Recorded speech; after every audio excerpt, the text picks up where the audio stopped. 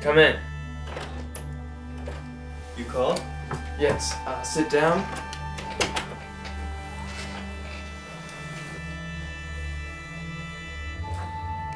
Edgeworth, one of my friends was attacked last weekend. He's now in a coma, and the police are unsure of why he was attacked. But they have caught the man responsible and is now awaiting trial. You're one of my finest prosecutors, and I need you to handle this case with the utmost care and seriousness. Inside this case file, you will find everything you need to know and such. This should be a case-closed assignment, but as always, I expect your best performance. I want you to remember, this man tried to kill my friend, and I want a guilty verdict. Do you understand me? Yes, sir. Very well. You are dismissed.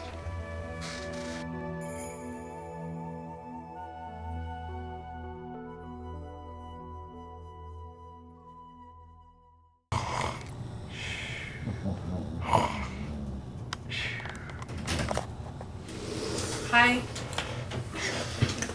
Hey. Mom wanted me to check up on you. How are you doing? Terrible. Mom will also want to know why you tried to kill that man. Yeah, right.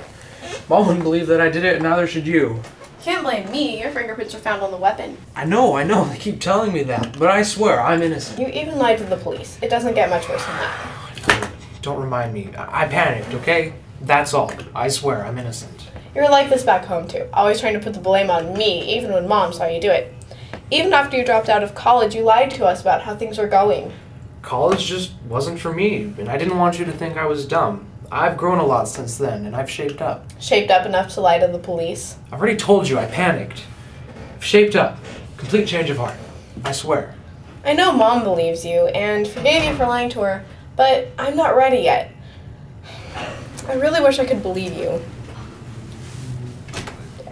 Is this a bad time? No, it's fine. Yeah, it's fine. You've got your work cut out for you. Haven't heard that before. Given the evidence, I feel that the best option is to enter a plea bargain. But I'm innocent. Everyone's been telling me that I'm guilty, and no one believes me. Not my sister, and not my attorney. What about your mom? She's my mom. What do you expect? Tell me, how'd you get in this mess in the first place anyways? Nighttime, and I was coming home from work. I was bringing the crowbar back from work, and I realized I forgot the car battery. It wasn't that far, so I set the crowbar down in a bush and headed back. I had a hard time finding one that was charged. By the time I came back to the crowbar, the police were there and asked me if the crowbar was mine. I panicked and I said it wasn't. They let me go, but later arrested me. I think we could work with that.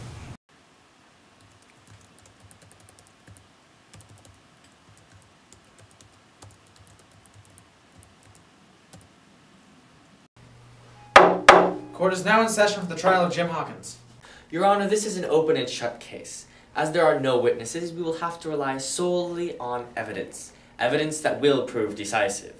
Not only did the defendant have his fingerprints on the weapon found, but he also lied about it to the police later.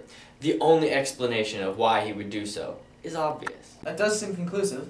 Does the defense have any reply? I do, Your Honor. As the prosecutor so eloquently stated, there are no witnesses in this crime. Therefore, Jim Hawkins could not have been there to be a witness, and therefore not the assailant. Great heavens, he's right! That's the most pathetic argument I've ever heard. Allow me to clarify my statement. We have no witnesses aside from the defendant, and he has already proven himself untrustworthy by lying to the police. However, let's verify this with the testimony of Detective Julie Cramer. Please bring in Detective Cramer.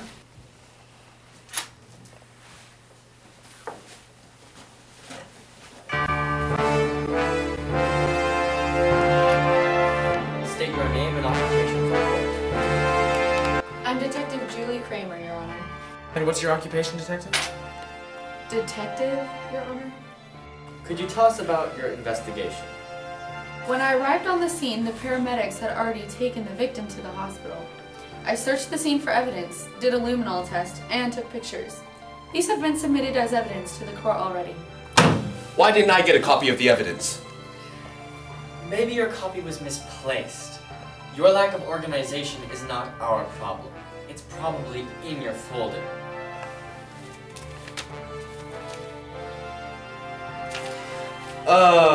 Continue, detective.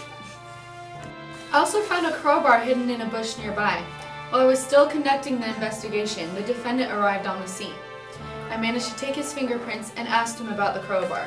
He denied knowing anything about it, so I let him go. Fingerprint analysis showed that he had handled the crowbar earlier. Objection!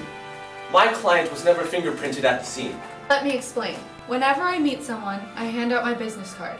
I then tell them it was my old one and give them a new one. This way I can analyze their fingerprints soon afterwards. Oh. Judge, I object to this manner of collection. Regardless of how she got the fingerprints, they are still the same fingerprints. Now that we have his fingerprints on file, would you prefer us to look at those instead?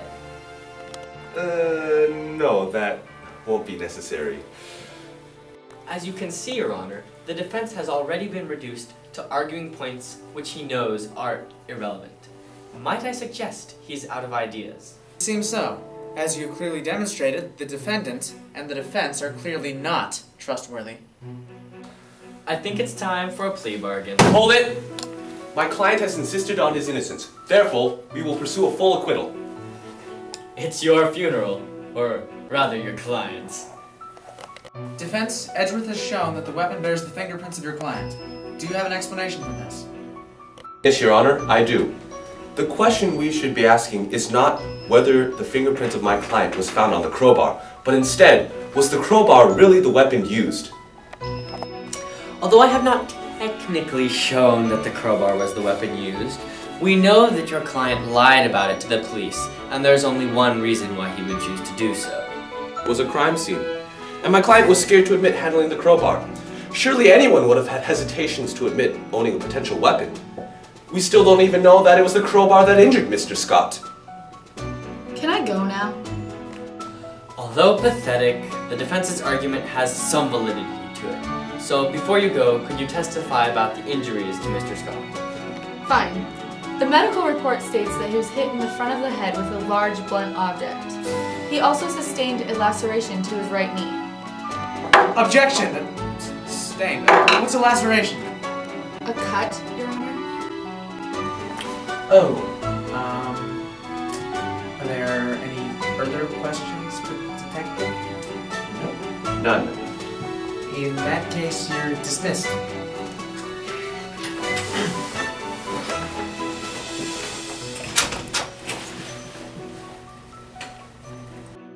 And I quote, hit in the front of the head with a large blunt object. Mr. Defense, does a crowbar fit the description of a large blunt object? It would seem so. I believe there can hardly be any room for error. The crowbar is the weapon in question. Mr. Defense, you look puzzled. Are there any more objections before I make my ruling?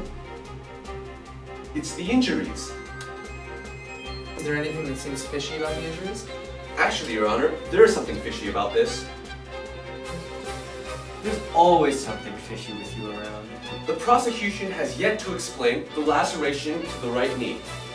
Irrelevant. I don't think so. Was the body facing up or down? He was struck in the forehead. I would assume that he was found lying on his back, face up. Is this the position he was found in? The paramedics rushed him to the hospital before any pictures were taken. Since they deal with a lot of similar cases, it would probably be unlikely that they would remember his position. So, we will have to assume that he was found lying face up. Objection! Edgeworth, you should know better than to slip up this poorly. What are you talking about? There is a way to prove Mr. Scott's position. And what may I ask is that? As the detective stated earlier, the laceration was on the right knee. This we can easily verify. However, a contradiction is present, for the luminol test reveals that the blood was on the left knee. How can we resolve this? victim only needs to be facing towards the ground. So, as you stated, if he was struck in the forehead, he would have been found facing up. But he was found facing down. But the medical report clearly stated that he was struck on the forehead by a large blunt object. And yet we have a contradiction. We cannot be sure that it was the crowbar that hit Mr. Scott.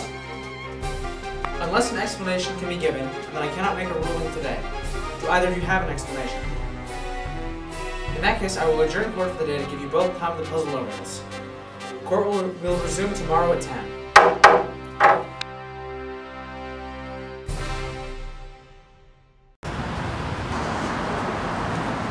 Sit down, detective. As you know, the first day in court did not go as planned, so I'd like to ask you to go over your evidence again to see if there were any details that you left out of your report. Sure. The only thing I really didn't include were these photographs of the scene. Pretty normal looking if you ask me. It is pretty mundane. Tell me, if I were to remind you of something that you forgot, would you be able to remember it? I don't falsify evidence, if that's what you're getting at. Of course not. That's not what I meant at all. I know you're under a lot of pressure from Von Til. Well, I do have to get a guilty verdict. Only if he is guilty, Edgeworth. What? How would you like to condemn an innocent? It would only be due to a weak defense. Or an overzealous prosecutor? What do you mean?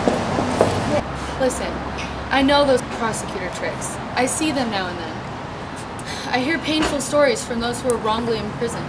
The glare they give after they get out, I'll never forget it. I'm just doing my job. And what is that? To get guilty verdicts. Remember, Edgeworth, you're not the judge in this. Not every person is guilty. Exactly. I'm not the judge. It's his job to determine whether or not the defendant is guilty. I'm just doing my part. If you knew the defendant was innocent, would you still have found him guilty? He would only be found guilty if there was a weak defense. That's not the point. Would you willingly make somebody innocent pay for the true criminal's actions? Well... Think about it.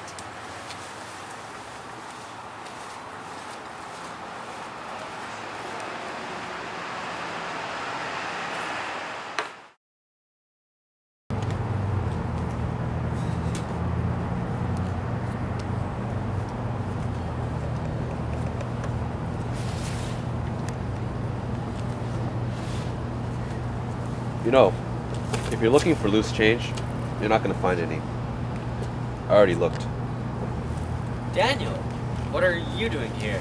What does it look like after meeting dinner?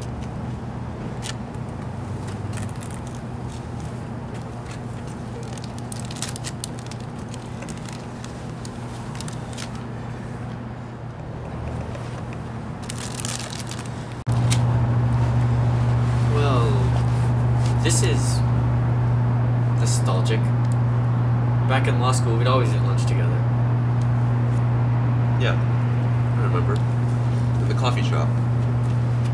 We'd sit in the corner and talk about school, family, girls. Whatever happened to those days? We were gonna start Edgeworth and Boy's law firm. Actually, it was Boy and Edgeworth. So what happened? Why did we stop talking? Did you steal my girlfriend or something? No. I remember. You took that case against me and beat me. You were the only one to do so. And you made a name for yourself. That's why I hated you. Look, as enjoyable as this has been, Von Til wanted me to be getting back to his office, so I'll see you tomorrow in court. Right.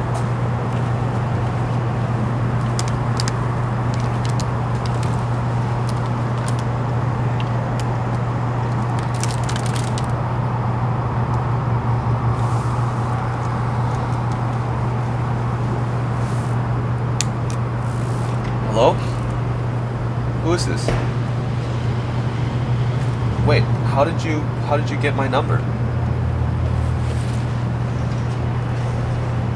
All right, I can be there.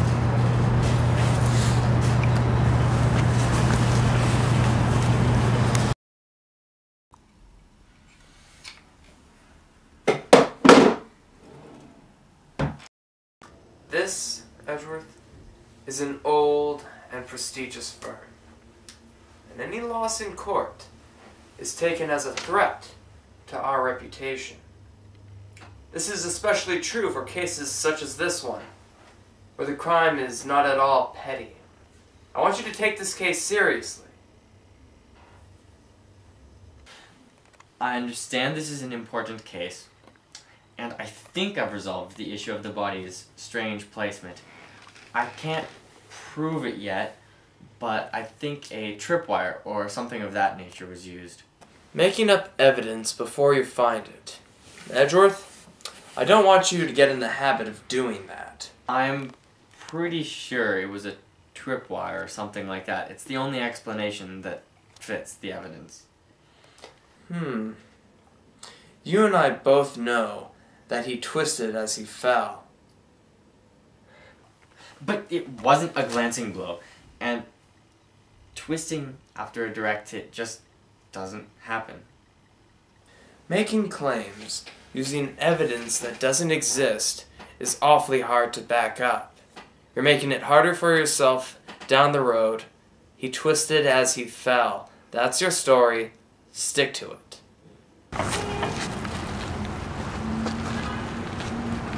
So, what's up? Well, I needed someone to talk to, and when I was flipping through my phone book, my finger just landed on your name. Is this about your brother? Yeah, I really want to believe him, but I just can't. Look, I don't want to sound offensive or anything, but don't you have, I don't know, your girlfriends to talk about this sort of stuff? Not really. They're only good for talking to about boys. Well, it seems that I've bothered you, and I'm sure you have more important things. No. It's fine, really.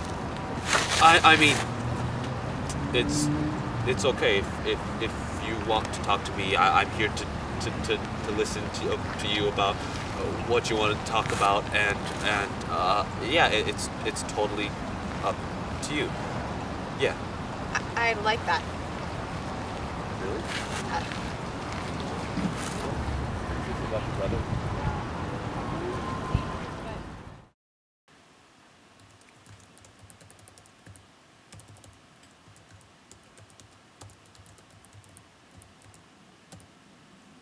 We have been unable to render a verdict due to the victim's placement.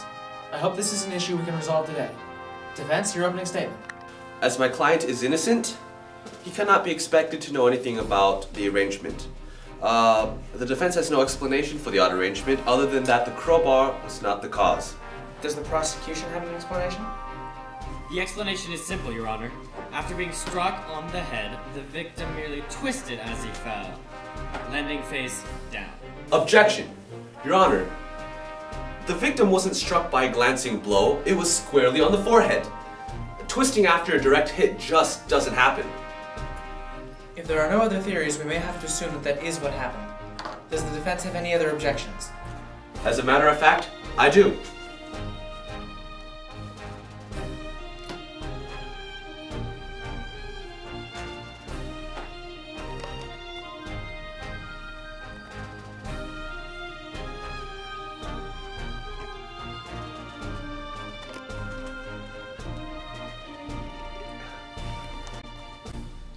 So, what's your objection?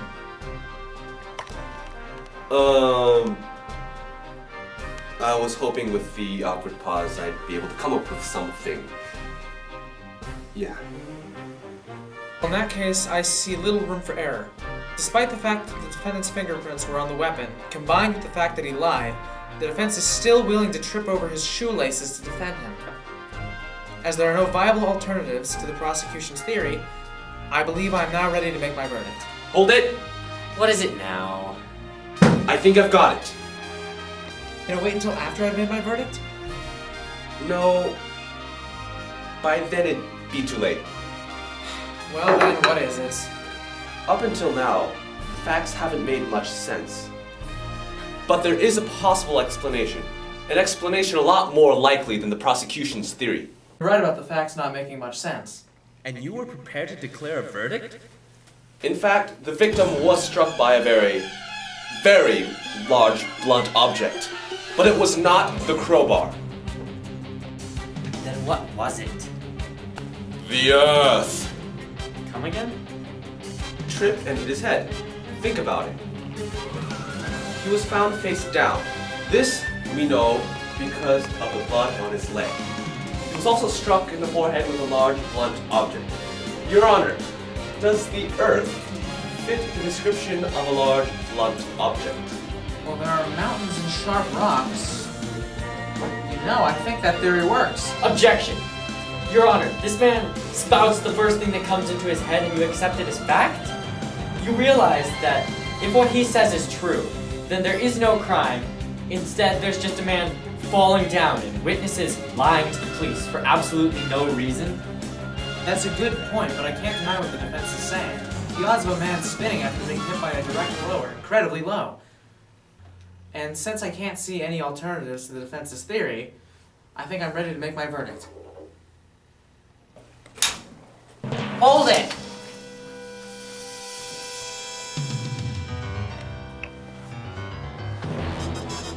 Who are you supposed to be? I'm the victim. I'm the reason you all are here. The prosecution demands that this man be put on the witness stand. We finally have a trustworthy witness. Well, that was bad timing. Let's get this testimony underway. Are you sure you want to testify? If it'll help me get my knife back, then yes. What are you talking about? Knife? If you'd listen to his testimony, you might find out. What is he talking about? Swear him in. I was coming back from dinner with a knife and was taking a shortcut behind the grocery store. I heard something, and when I looked behind me, this man in a black cape and hat was running at me. I started to run and tried to get my knife out, but in my panic, I accidentally cut my leg. All of a sudden, I was falling forward, and then darkness. That's when I woke up an hour ago and came over here. Who's the man with the black cape and hat? Your Honor, I'd be willing to bet that it was the defendant over there. Do you have any evidence for that? Mr. Scott, was this the man who attacked you? I don't know. His face was hidden. His height was medium and his size was masked by the hat and cape. More importantly, I'm fine, but I want my knife back. Where do you keep the evidence? We would keep that in an evidence locker, but there hasn't been a knife there for over 3 months. What are you talking about? What? Maybe you don't get it. That knife cost me a fortune, and now you're telling me you don't know where it is? Maybe not. But perhaps it was stolen at the scene of the crime. So you're proposing that your client is a violent thief and a liar? Hold it, that's not what I'm saying. He's just a liar, I swear. Regardless, all of a sudden this crime is more important. Attempted murder and robbery. It's not unheard of to get life sentences for something like that. Objection. The witness just testified that he fell forward. That means that he wasn't hit with any object. Therefore, my client has no connection in this case. Objection! Witness, could you explain to the court why you fell forward? Well, I couldn't move my legs any further, but the rest of my body kept moving forward. And you faceplanted. In other words, a tripwire was used. Thank you, Edgeworth. Now I hope this explains why my client is innocent. Hold it right there, boy. A tripwire makes it worse because it means the crime was premeditated. There are 2 glaring holes in this argument. 1, where did my client get the wire? And 2, you're assuming my client knew that the knife was there. How could my client possibly know that a knife was with the victim at that time? Witness, testify about this knife. The knife is an artifact from the Middle Ages. It's most likely of Spanish origin, and is very valuable. Still, that doesn't explain how someone knew it was with you. Well, I had just bought the knife from a collector, and I was taking it back to my house. Who did you buy it from? An old friend of mine, Gregory Von Til. Isn't that him over there? Mr. Von Til, why didn't you testify about this earlier? It's simple. I didn't know that the knife was stolen. You can't expect a person to testify about an event that they did not witness. Yeah, what'd he say? Mr. Scott, can you testify about meeting Mr. Von Til? Sure. You may not be aware of it, but Mr. Von Til and I are great art collectors. I asked him about the knife and he agreed to sell it to me. Was the knife expensive? Not really. About 8 years of your salary. Did anyone else know about this exchange? I haven't told anyone. And neither have I. In that case, I'd like to make my verdict now. Hold it! Your Honor, as Mr. Von Til and Scott have stated, they did not tell anyone about the transaction, but that doesn't mean no one saw the transaction. Now that I think about it, I did see Jim at the restaurant. Oh, I had some. Your Honor, there is insufficient evidence to convict my client. As Von Til and Mr. Scott have stated, neither one told anyone about the trade, and we still don't know that my client saw the transaction. Therefore, I request further investigation into this matter. So it does matter then if Jim saw the transaction? Well, very well. Let's resume the trial tomorrow at 10 o'clock. Why didn't you tell me you were there that night? Simple. You've been struggling with this case ever since it started, and I didn't want to complicate things. Evidence complicates things. Might I remind you that this dinner does not pertain to the case? Well, it does now, because now I have to prove that Jim saw you two there. Which is why I didn't bring it up in the first place. Which is... That's true. I know you'll be wanting this, so I'll give it to you now. What is it? Mr. Scott is a very sentimental fellow, and likes to be photographed whenever he purchases a new work of art. Okay, so what? Look in the background. It's Jim. Precisely. I believe you can do your job now. Yes. You're dismissed. Oh, and one more thing. People who fail to meet my expectations don't stay in this firm very long.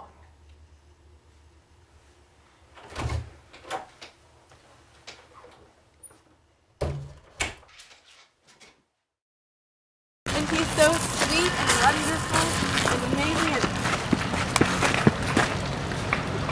Talking about a boyfriend? I wish.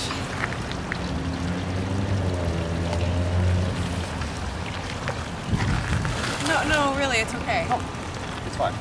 Besides, I can't have you catching a cold, you know? Well, at least let me share.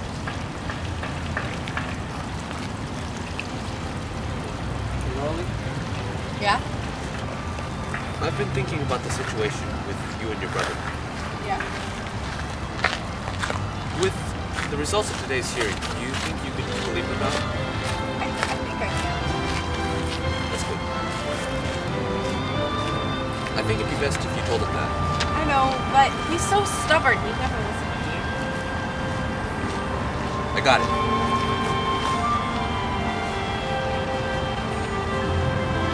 That's perfect. Let me tell you, the way to a man's heart is through his stomach. Let's go. What? Come on, we don't have all day.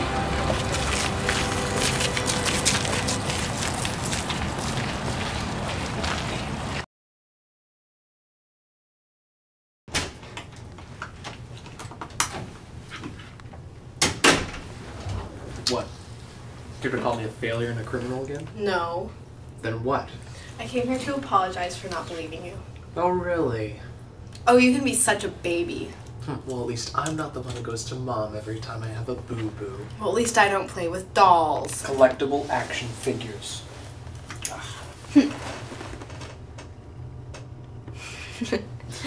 Look, Jimmy, I just want things to be like they were in the old days when we were kids. I thought you didn't like it when I blamed you all the time. Yeah, well, it was kind of fun watching you squirt when Mom caught you. Hey, look, I know I'm not supposed to, but I brought you these. We Hawkins have to watch out for each other, right? Oh, right. Hey, Al. Yeah? Apology accepted.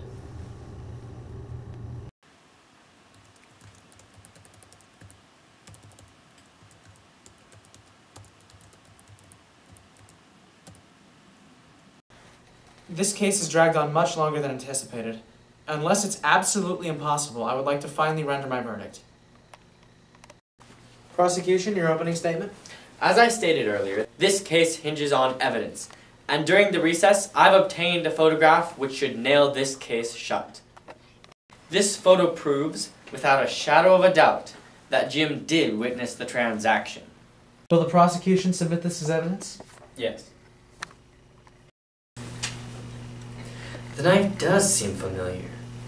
But where? Who's that girl he's with? This is undoubtedly my client. So you admit that Jim is the only one to have witnessed the transaction and therefore the only possible culprit? Well, I believe that you can finally pass your verdict, Your Honor. At long last, I feel the evidence has been conclusive. I declare the defendant, Jim Hawkins. Would you willingly make somebody innocent pay for the true criminal's actions? People who fail to meet my expectations don't stay in this firm very long. Hold it! Excuse me? Your Honor, throughout the trial, I've had a feeling that I've seen this knife before, but I just realized when and where I saw it. Yes? That knife can currently be found in the office of Gregory Von Til. What? Not so fast, Edgeworth. Of course you've seen it in my office. I've had it for the past 5 years. Your Honor, I ask that a search warrant be issued for the office of Gregory Von Til. Well, alright. We'll wait until the search is complete to finish the case. That won't be necessary, Judge. I know how these things work, and I'm willing to cooperate with you, provided you cooperate with me. Entering a plea bargain? That is correct. If you give me the minimum punishment that the law requires, I will tell you everything. Does either the prosecution or the defense have a problem with this arrangement? None. No, Your Honor. Swear him in. After our transaction, I realized that I wasn't ready to part with the knife. I met with Jim and asked him to recover the knife for a large sum of money. He had no idea of its value, and agreed. As you can see, all I'm guilty of is collaboration with theft. However, the verdict of this man remains unchanged. In that case... Objection, Your Honor! This changes things dramatically. I have the right to cross-examine this witness, and I will exercise that right. You're a sore loser, aren't you? Why would he lie and still have himself punished?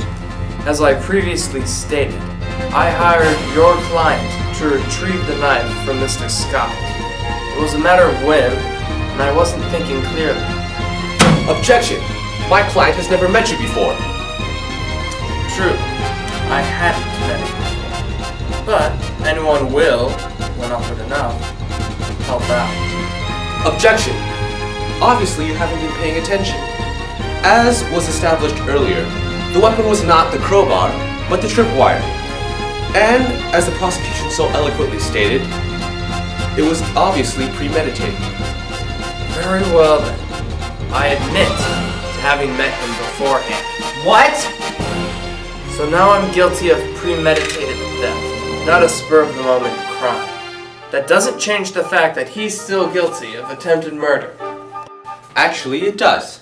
When a crime is premeditated, one does not go around forgetting the weapon. What do you mean? Take a look at this photograph. It shows a group of grocery carts chained together. Obviously, the chain was the tripwire, but if you look closely at the photograph, what do you see? A chain holding the carts together? Members of the court, would it make any sense to take the time to wrap a chain around grocery carts if you didn't have a way to secure the carts to something? Not really. What are you talking about? I'm talking about the lock that's holding the chain together. So you're saying your client couldn't unlock the chain to trip Mr. Scott, and the person who could was hired by Von Til? That's right. This is preposterous. No, it's the truth. Your Honor, I think it's time to end this once and for all. I agree. Considering the defendant had no way of using the chain to trip Mr. Scott, I declare him not guilty.